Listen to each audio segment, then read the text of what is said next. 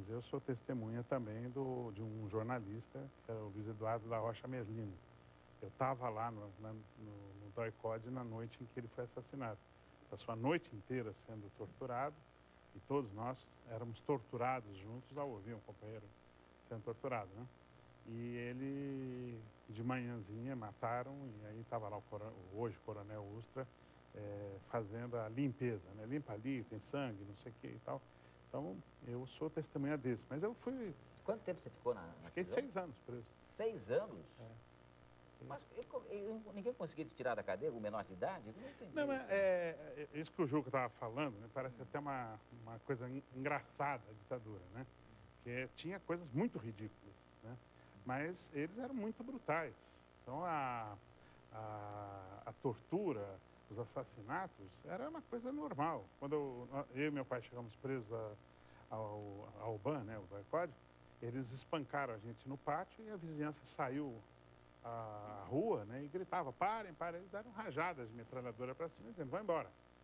Do mesmo jeito que eles podiam fazer com o Caetano e o Gil, eles torturaram os dois, puseram dentro de um saco só com a cabeça para fora, levaram de São Paulo para o Rio e de lá mandaram sair do país. Isso é um fato. Ficaram em Realengo, no Rio, mas o Caetano, o Gilberto Gil ganhou até um violão. Não, isso aí tem de tudo, essas maluquices tem de tudo. Agora, o grande problema é o seguinte, os danos causados pela ditadura, né, não só o caso do Juca Chaves, que foi impedido de trabalhar. Teve artistas que não tinham grana, que passavam fome. O Juca acabou de dizer agora que não é de esquerda, não é de direita, não era contra o centro, quer dizer, não tem essa questão política na vida dele. Como vocês viam o Juca ditadura é Chaves? sempre burra, ditadura é sempre burra. Mas ele falou que é ditadura em Cuba, por exemplo, ele falou para você. Mas qualquer lugar que Lá você é também fale, ruim? É ruim lá? qualquer lugar que tenha a censura é uma coisa ruim. Ditadura, Isso é boa da gente embaixo. Você entendeu? Ditadura nunca é em boa. qualquer situação não é boa. Quando você fez a pergunta para ele, bom, mas você, aos 16 anos, preso, a ditadura não tinha critérios para prender. Não existia. Eles faziam a lei na hora. Eles estabeleciam os critérios de prender, ou de soltar, de censurar, de não censurar, aleatoriamente, arbitrariamente. Ele foi preso aos 16 anos, poderia ter sido preso aos 10.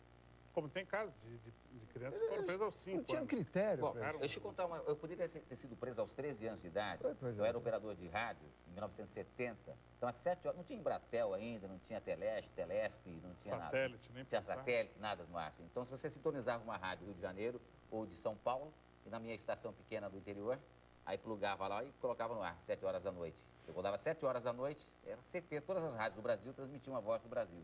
Que nem o governo Lula conseguiu acabar, nem Fernando Henrique Cardoso, ninguém consegue acabar com a voz do Brasil. Né? Só que eu sintonizei a Rádio Central de Moscou, em 1970, e pus no ar, meu pai. Mas eu não estou sabendo de nada, o cara está falando em português lá, né? O melhor rádio, o melhor som que eu achei. Aí tá, a Rádio Central de Moscou informa, ouve o programa Rádio Central de Moscou, informa e comenta.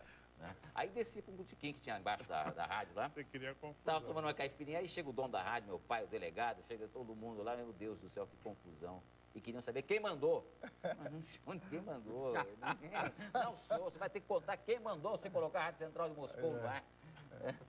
Você sabe quando estourou a Revolução em Portugal? Essa de 74? Que está 74, do Cravo Vermelho. Eu estava lá, participei, eu era amigo, sou muito amigo do falecido Raul Sonado, que foi meu melhor amigo em Portugal. Ele é um ativista, um socialista retado, como diz na Bahia. E correu uma piada muito boa. Piada não é minha, é do povo português. Que quando estourou a Revolução, chegou um camponês, falou para o outro, ô Mané, quantos porcos tem? Falou, tenho 12 porcos. 6 são do Partido Comunista. Pegou 6 porcos e levou. Falou, aí, comunismo é isso? Falou, sim, senhora. Aí ele foi para a fazenda do vizinho e falou, Andrade, quantos cavalos tem? Eu tenho 12 cavalos. 6 são do Partido Comunista. Porra nenhuma, no meu cavalo tu não pões a mão. E se puser, leva as porradas.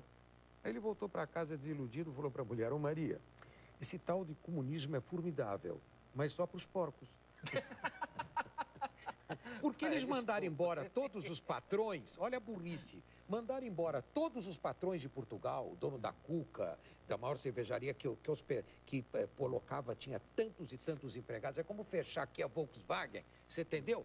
E aí fica todo mundo desempregado e Portugal inteira ficou desempregado, porque não tinha patrão do Estado. Ficou todo mundo olhando, se eles mandam embora o patrão, como é que eles podem ser empregados?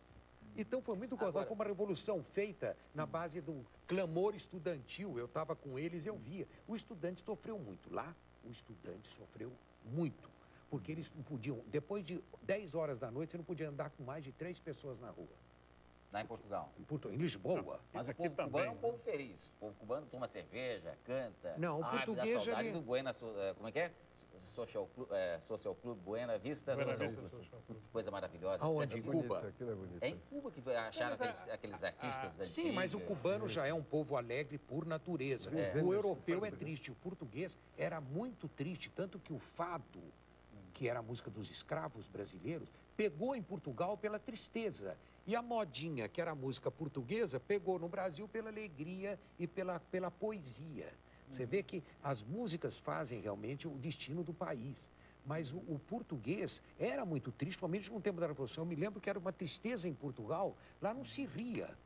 Sendo que qualquer piada que você contava, o pessoal ficava rindo 15 minutos, sabe? Não tinha. Não está acostumada com... Por isso que a gente fez sucesso. Agora, Professor. Portugal mudou muito. Hoje, Portugal é um dos melhores países para se viver na Europa. Depois, inclusive, do mercado, né, que eles entraram muito bem. Mercado Era um país europeu. pobre que entrou no mercado rico. Você sabe que é como parente pobre que vive na casa de rico, vive sempre bem. Aí, Portugal hoje é alegre, o espírito está muito bom. Eles estão querendo viver esse grande momento que eles estão passando e passou a ser um país europeu. Que eu brincava até que de Portugal eu ia para a Europa, estava lá pertinho.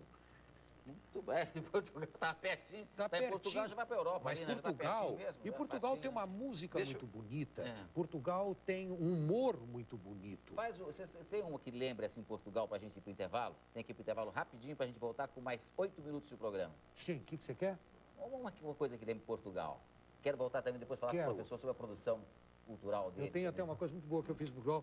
E tem até, quem quiser, por exemplo, se você quiser saber coisas mais divertidas aqui do Juca, Tem o seu site. tem eu o seu tenho programa. um site www, que até hoje ninguém sabe o que quer dizer, jucachaves.com.br.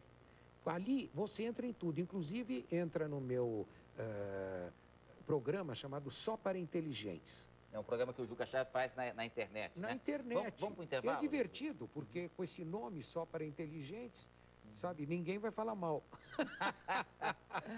Gente, voltamos daqui a pouquinho. Entrevista Record Cultura, É um direto de São golpe Paulo, ao sujo. vivo. O Jô Soares que perguntou, mas só para inteligente.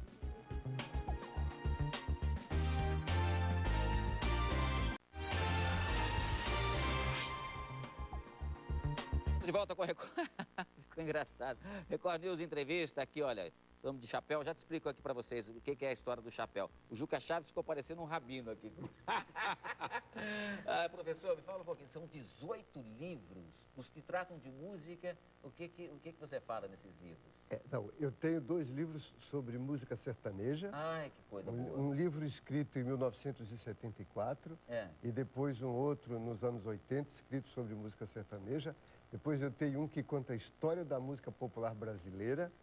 E depois eu tenho esse livro que é a Cultura Política Musical Brasileira. Maravilha. São 4 livros exclusivamente Eu sobre quero música popular. a Roberta Páfaro, que está dirigindo o programa hoje, a nossa produtora. Ô, Roberta, vamos convidar o professor para a gente falar dessa música sertaneja, que me interessa muito também, tá bom? E a gente, com certeza, vai ter um outro programa contigo também, se você aceitar, professor. Claro, por claro. favor. Tá bom?